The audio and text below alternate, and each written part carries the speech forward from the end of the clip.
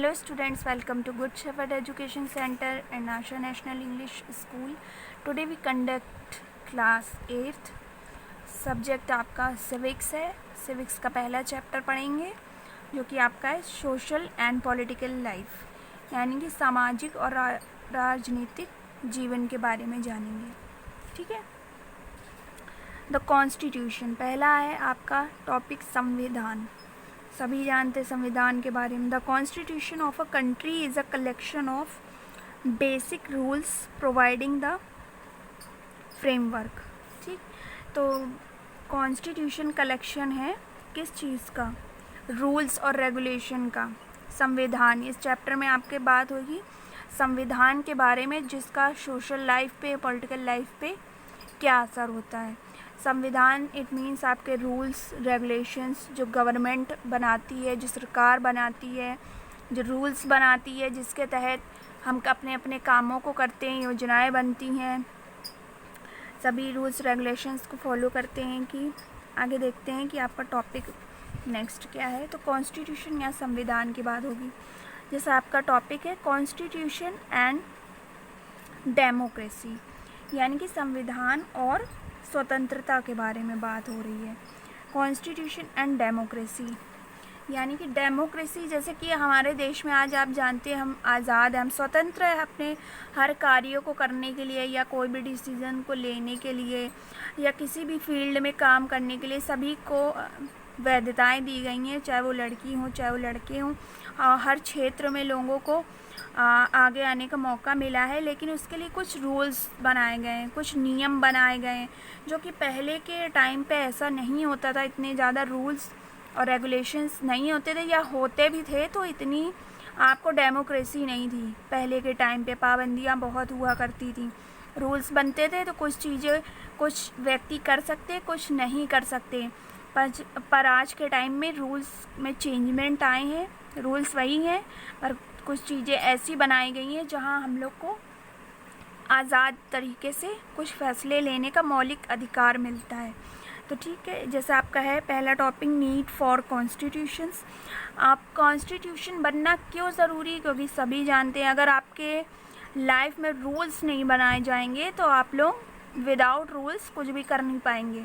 Suppose करिए आप school आते हैं तो स्कूल में आपको वो सब कुछ कंपलसरी है. आपको स्कूल रोज़ आना है, अपनी बुक्स को डेली लाना है, बुक्स कॉपी के साथ ही आना है, और आपको ड्रेस कोड में आना है ना. तो ये क्या है? रूल्स है.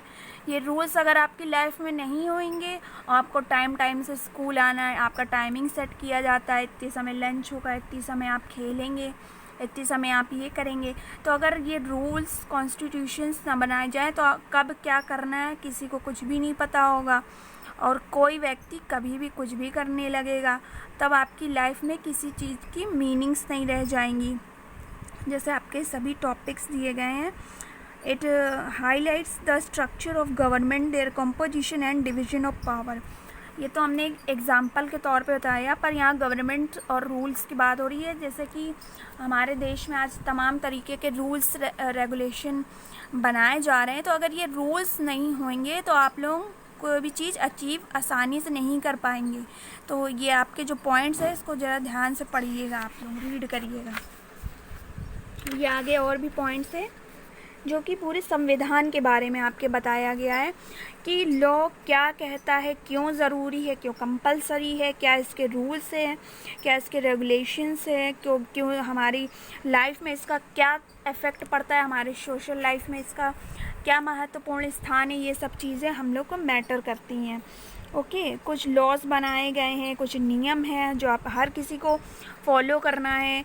जैसे पढ़ाई के प्रति पहले जागरूकता नहीं थी, अब कई योजनाएं चलाई जा रही हैं, कई मतलब ऐसे योजनाएं बनाई जा रही हैं कि लोगों तक साक्षरता फैले, लोग जागरूक हों, लोग रूल्स को माने. जैसे कि आप एग्जांपल ले लीजिए, जैसे अभी आपके हमारे देश में जैसे कोरोना वायरस चल रहा है तो हमारे लिए रूल्स बनाए गए हैं सोशल डिस्टेंसिंग बनाई गई है, या इन सब तमाम तरीक़ों के नियम निकाले गए हैं। अगर ये नियमों का पालन ना किया जाए तो हर एक व्यक्ति मर जाएगा।